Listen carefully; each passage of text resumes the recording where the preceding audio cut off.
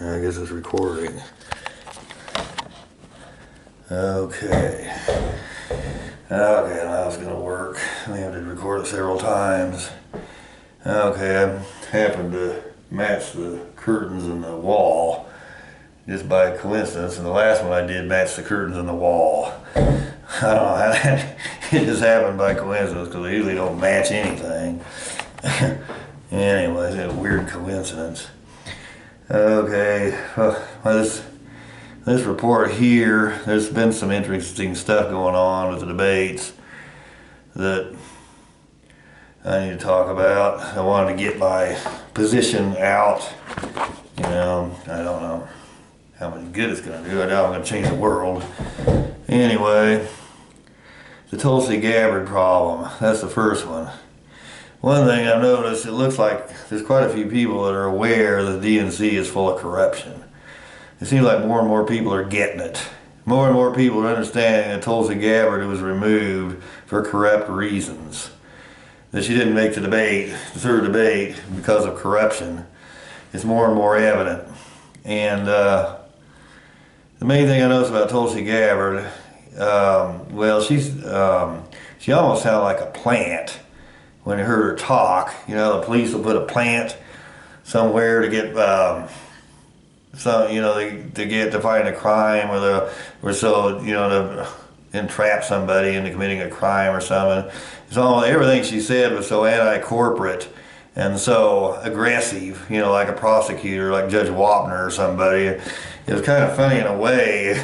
You almost expected, you know, the DNC to do something about her. But I'm glad she did it. One thing about Tulsi Gabbard, I think part of the reason, the first thing I think I need to say is to figure out whether it was fair or not. I think what people need to do, go to their computers and get the 6 most credible polls in the United States. And if CNN's involved, I wouldn't trust it. But there's the USA Today poll, the Monmouth poll, and what's the other one? Several others, and look at the most credible polls, like take 6 or 7 of them and look at them and take the average and see if Tulsi Gabbard's average is higher than than the rest of them that made the debate by the average of the 6 most credible polls in the country. Let's see, Monmouth, what was the other one? Monmouth and USA Today. And I can't remember that one. Anyway, look it up and see how she stacked against all the others, and that would probably tell you whether or not the DNC was fair. And if she comes out below everyone else, but I heard she came out ahead of Cory Booker, whatever his name was, something like that. I heard she came out ahead of him. I don't know in all the other polls, but I wonder about it. But they had a lot of reason to knock her off. The first thing I know she mentioned was, well, one thing, the establishment wants Biden. They want Biden and they want Kamala Harris. Those are the establishment. The Time Warner Corporation seems to be awfully cozy with the DNC. And they own CNN. And they're real strong on borders open. I mean, because they profit off of them. I mean, they're patting their wallet. They screw the working class. You know, they drive wages down. They get that cheap labor and it screws everybody in the country, even though 97% want closed borders, or 80 or 75 or whatever it was. Strong majority want closed borders. They don't give a damn. And Tulsi Gabbard came out, and they seem like they're awfully friendly with the DNC. And Tulsi Gabbard came out and said that she wanted closed borders and she was going to make sure that people weren't separated from their kids. But she supported closed borders. And I know that the Time Warner Corporation gave large sums of money to Kamala Harris, and you know they give a lot to the DNC, and you know that, and I think that's how Nancy Pelosi got her speakership, was a bunch of money to the Time Warner Corporation. That's why she told to get, when Trump was talking to her, she said, get the cameras out of here. Can't we do this without cameras? And she also, when they gave a report on how effective the wall was, she turned her head and tried to shut the guy up. And she's in bed with the Time Warner Corporation, and they're in a pact and they want closed borders. But anyway, I think that's why they got rid of her. Also, the thing about Tulsi Gabbard, she was gaining a lot of steam. She's like the dark horse. She's like Steve Martin in 1977. You know, he's a comic. You know, he made it real big in '77. His popularity is gaining, you know, astronomically, real fast, accelerating. And I think the same thing with her. And she was accelerating pretty fast. But what? Let's see.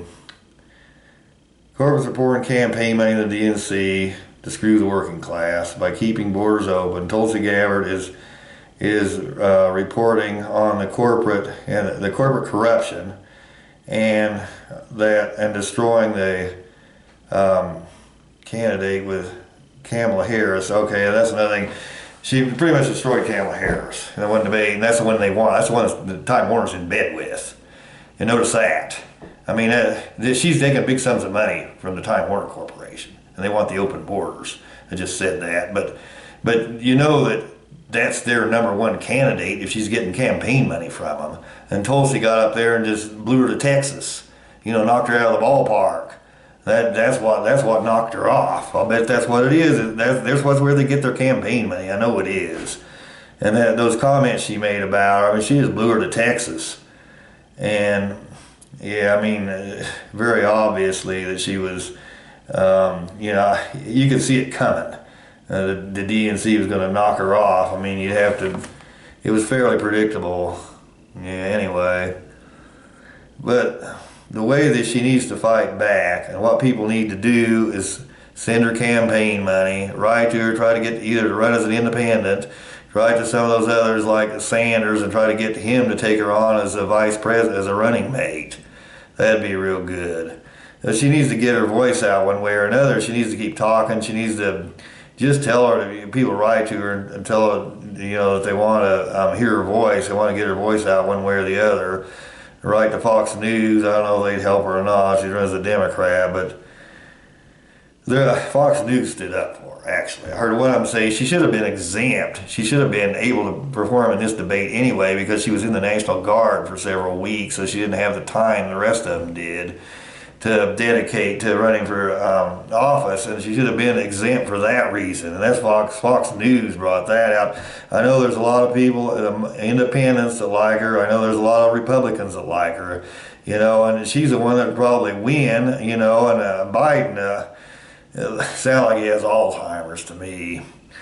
But I had, you know, relatives that had Alzheimer's. They sound just like Biden. What they said today, he told a story and he couldn't remember the name of the branch of the military. He couldn't remember when it happened. He couldn't remember what he was doing when it happened, whether he was vice president or in the Senate, in Congress. 3 or 4 other mistakes he made. The rank of the person. I mean, but he wouldn't even admit he made those mistakes. It's like he didn't even understand that he made them. And I mean, to me, it looks there's something wrong with him. And you know, I don't know how long it's going to take the Democrat Party to figure out. But how bad is his Alzheimer's going to be when he's been the president for a year? I don't know, but it doesn't look good to me. I don't like him, but I still think he has Alzheimer's or the beginnings of dementia or something. Okay, main thing he doesn't even correct himself half the time. That bothers me. Okay, let's see. Well, I think the three people that the Swampers want are Buttigieg. He seems like someone that's pretty much going to leave the corruption intact, and Kamala and Biden. Those are the 3 I think they want. And they don't want, that's why they put 10 people. Look, another thing, they're going to put 10 people on one night and just have one debate. And I think the reason why they don't want Biden going up against Sanders, because those Sanders will blow him out of the park. And they don't want to hear him talk too much. And they're trying to shut him up and keep his approval rating way up there. Keep keep him up high in the polls. You know, and they don't want him to talk. They don't want people to hear him. And that's why they're having 10 instead of having 2 nights and having 5 each night, which they ought to be doing, which is more fair to the public. Okay, let's see. Another thing, I don't think they want Tulsi Gabbard. They don't want her voice out there either. They don't want anyone talking about campaign finance reform, revolving door, gerrymandering, any of that stuff. They want them quiet.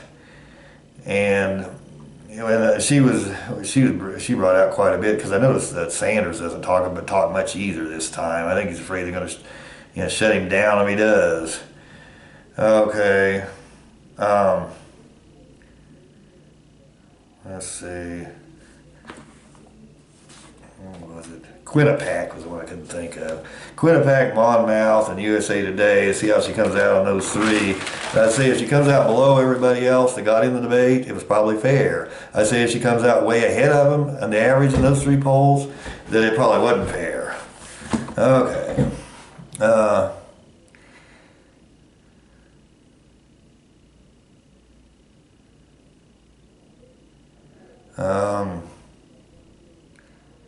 Race a mile, let's see, I don't remember that. Oh, okay, another thing to talk about. Okay, another thing I forgot about. Okay, military-industrial complex. She was talking about that. She talked about how the corporates profit off of war. Like we have. That's what my book I'm writing in 2001, A Presidential Idiocy, about the damnable W. Bush, presidential idiot. I mean, what he did, he's the worst one we've ever had. Even Trump said that. But anyway, what he did was start a war. I mean, it was all for his oil business. Like I said, they were over there in Europe. Saddam was dealing with the EC, and it kicked the American oil companies in the balls. He went over there to knock him off. And then you had Cheney, who had Halliburton, and he wanted to make profit off of it. And that's why the war goes so long. That's why they keep going. And then Eisenhower brought this out clear back in the 50s. And they talked about the military-industrial complex. It has to do with military and industry, and how the two go together. And, there's profit. And it's dangerous because you have too much power. They have too much power, and you can't shut them down real easy. And that's what she's trying to do. And but you notice that Ike Eisenhower, he brought it out, and everybody listened to him, and no one shut him up. Now, Tulsi Gabbard gets out there and talks about the same thing, and Jill Stein brought it out too. They shut her up. So apparently we had the First Amendment back in the 50s. We don't have it anymore. But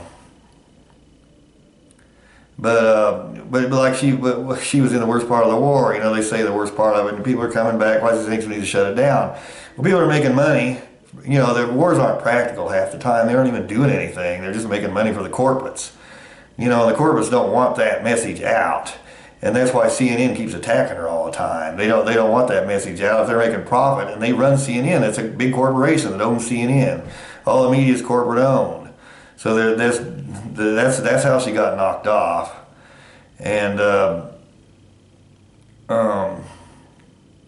that's why we had the Iraq War. The World Trade Center was knocked down by the Saudi Arabia. It had to do with the Arab-Israeli War. It didn't have anything to do with Saddam. But it had to do with the military-industrial complex, partly, and the damnable W in his oil business is why we had the Iraq War. Okay, but she, like I say, she was over there, and she's seen people coming with one leg off, one arm off, their heads off, walking around with both legs off, both arms off, and so the corporates can profit. Basically, the only thing that bothers me that you ought to weigh the other side. I mean, if there are a lot of terrorists, if there's a lot of terrorism as a direct result of some of those, like Al Qaeda and some of those, that ought to be, the embers should be knocked out. But still, you could go on knocking them out forever too, and there's always going to be a problem. Probably the war could go on for eternity. And there's a point where you got to shut it down, and I agree with her. And so did Trump too. He said he was going to shut it down before the next election. Okay. Well, anyway, these corporates pour money into the DNC, and the White Tulsi got knocked off. She needs to run as an independent. We need to send her money and counteract the ugly corporate and campaign finance corruption. And the wars going that are only making money for the corporates, the corporate welfare, basically what it is, send her mail and money to run as an independent. Okay, and the other thing I was going to say, okay, now Biden on the truth versus fact. Okay, they're talking about Biden's gaffes. Well, of course, like I say, it sounds like he's on the verge of Alzheimer's to me. I don't know whether it is or not, but it sure sounds like it. But anyway, one thing he said, this versus this, something versus this, and truth versus fact, or truth over fact, I think. Truth should supersede facts. Actually, he may have a point there. That, but why didn't he defend himself? That's what I understand. I mean, he could have defended that gaffe pretty well. Actually, very often, truth does supersede facts. I mean, I can think of examples of it. Okay, there's several things. The fact that the Supreme Court is more educated than the British Parliament. Okay, that's a fact. But the British Parliament, over in England, the Parliament interprets the Constitution. Well, over here, the Supreme Court interprets it. Well, it's a fact that the Supreme Court is more educated than the British Parliament. So you figure they probably do better. But the truth, the real truth in the matter is the Parliament interprets the Constitution and does a better job than our Supreme Court does. That's the truth. Okay, so Biden made a good point there. Okay, the fact the limits on campaign money from the evil corporations reduces the First Amendment. That's a fact. You know, there's less First Amendment if you limit campaign contributions. The truth is, though, that freedom, democracy, liberty, and our one man, one vote are better preserved with limitations on campaign money, and the spirit of the First Amendment is better preserved with limits on campaign money. That's the truth. So your truth over fact. The fact, unemployment level is much lower than it was. Okay, that's a fact. Look at the figures. You know, the unemployment is less lower than it was. And the numbers look real good. That's the truth. That's a fact. Okay, the truth is people are worse off now than before the recession because of higher rent, lower pay, the value of the dollar going down, and the standard of living is way too low. Okay, so if Biden had brought those three things out, he could have defended himself on truth over fact. Okay, now the other thing I was going to say, let's see, Supreme Court. They talk about the Supreme Court needs reformed. Okay, well, here's what's wrong with the Supreme Court, why it's so ugly. It's the campaign finance corruption is why the Supreme Court's such a mess. The Supreme Court was fundamentally flawed from day one. In other words, the Founding Fathers made a mistake. Essentially, the theory was it's like the HAL 9000 computer in the movie 2001: Space Odyssey. You know what that analogy that was. The computer was 1,000 times more intelligent than man.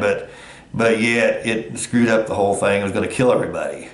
You know, it killed all the hibernating astronauts and was trying to kill the main astronaut that was going to Jupiter. But what they say philosophically, basically man stumbles over himself. Man's emotions tear down his intelligence. What he does with his intellect is totally torn down with his emotions. And that's one interpretation. I didn't come up with that myself, somebody else. But anyway, I heard it on several places. But I'm not that much of a brain when it comes to philosophy. But what we need is, but the Supreme Court's kind of the same thing. I mean, you get human emotion in there and it messes everything up. Where the British system, where they have Parliament interpreting it, and ours would work better too if we had the public interpret the Constitution. You come out a lot closer to getting it right than letting those Harvard scholars that are supposedly more brilliant than the public. Okay, here's what fundamentally wrong with the Supreme Court. Like right now, the Democrats say it needs reform, and I agree it needs reformed. Basically, the way I'd reform it, one thing they need to do, and I don't know that much about it, but I think there ought to be, you look at who are the best Supreme Court people, in my opinion, Kennedy was a pretty good one, and the one Ford appointed, John Paul Stevens. Those are the two best we've had. I think the rest of them shouldn't be. I think the Sotomayor shouldn't be in there, and Chief Justice Roberts and Alito, they shouldn't be in. None of them should be in there because they're too far to the left, too far to the right. You got to be in the middle. If a judge, and that's essentially what a justice is. A judge has to weigh things. They got to weigh both sides. If someone's too hard to the right or too hard to the left, they don't put the other side even in the equation. And so you've got a bunch of people in there that don't weigh stuff, that don't interpret the Constitution in a vacuum, and they aren't fair and honest. But in my opinion, John Paul Stevens is the only one we really had. Anthony Kennedy, I had reservations about him too. But anyway, back in '63, Barry Goldwater stated that you don't need an AK-47 assault rifle to shoot a deer. Okay, Barry Goldwater's a Republican. And he said you don't need an AK-47 assault rifle to shoot a deer. If you need an AK-47 assault rifle to shoot a deer, you need to go back and work on your shooting skills a little bit. Okay, but can you imagine the Republicans saying that now? Okay, well, and thing Ike Eisenhower said, you know, Ocasio-Cortez and Ike Eisenhower are right on the same page.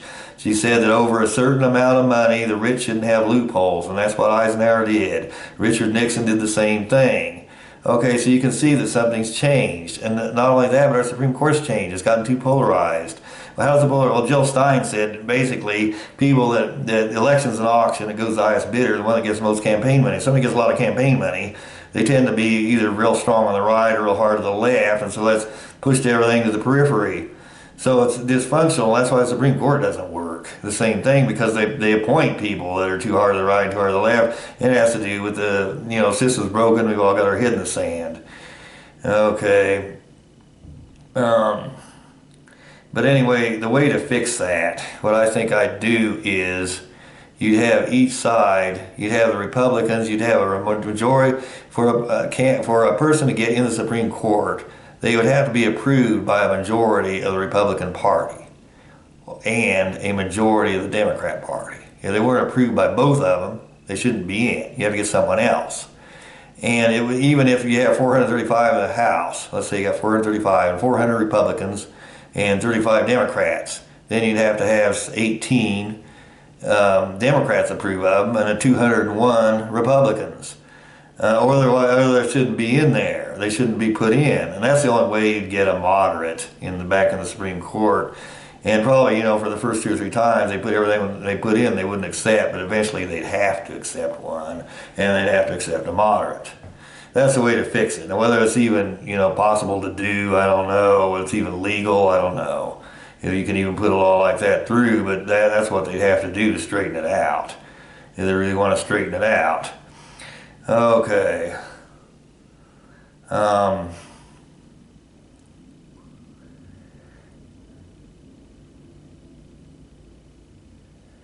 Okay, I guess that's all I'm going to do right now, and thanks for watching.